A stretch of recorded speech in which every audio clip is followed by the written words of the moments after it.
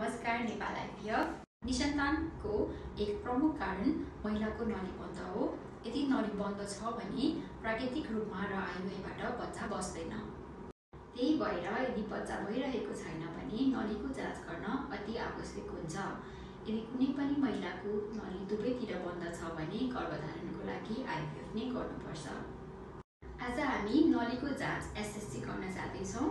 यो जाँच गर्नको लागि 8 देखि 10 मिनेट लाग्छ र जाँच गर्दा सहन सक्ने नै दुख्ने भएकाले बेहोस गर्न आवश्यक छैन। हामी यहाँ सामान रेडी गर्दैछौँ। यसको लागि paediatric catheter, antibiotic solution, syringe, Sims, gauze pieces, sponge holding forceps र एलिस प्रिपेयर गर्छौँ।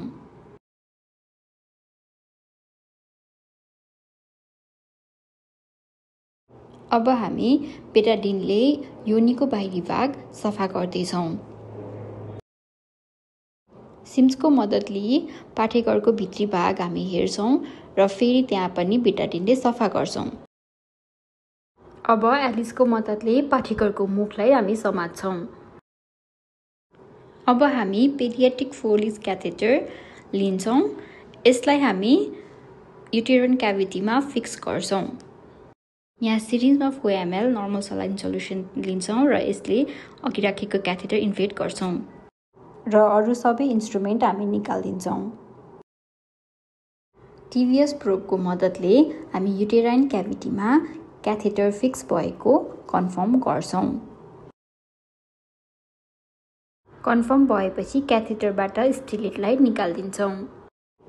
अब कनेक्टरलाई हामी जोड्छौँ र एन्टिबायोटिक सल्युसनलाई सिरिन्जमा लोड गर्छौँ।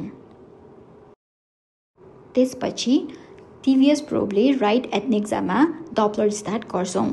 त्यसपछि अघिको सल्युसनलाई हामी क्याथेटरबाट पुश गरेर डप्लरमा कलर फ्लो चेक गर्छौँ।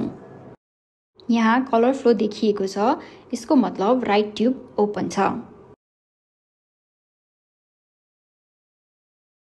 त्यसपछि टिभीएस प्रोबलाई लेफ्ट एडनेक्जामा फोकस गरिन्छ र डप्लर अन गरिन्छ। अघिको जसरी नै फेरि सल्युसनलाई पुश गर्छौँ। यो साइडमा पनि कलर चेन्ज यहाँ देख्न सकिन्छ, यसको मतलब लेफ्ट ट्युब पनि खुलेको छ।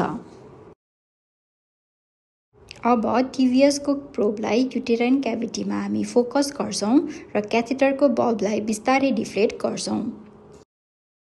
यहाँ देख्न सक्नुहुन्छ युटेराइन क्याभिटीमा कुनै पनि पोलिप, फाइब्रोइड अथवा स्पेस अकुपाइङ लिजन्स छैन। यदि भएको खण्डमा एसएससीबाट डायग्नोसिस गर्न सकिन्छ। क्याथेटरलाई डिफ्लेट गरिसकेपछि हामी रिमुभ गरिदिन्छौँ।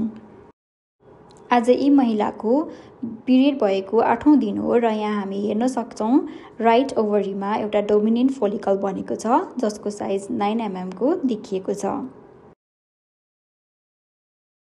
त्यसै गरी लेफ्ट ओभरीमा पनि एउटा 12 mm को डोमिनेन्ट फोलिकल देख्न सकिन्छ। यसरी नलीको जाँच सकिएको छ र अन्तमा हामी सबै इन्स्ट्रुमेन्ट्स निकालेर बेटाडिनले सफा गर्छौँ।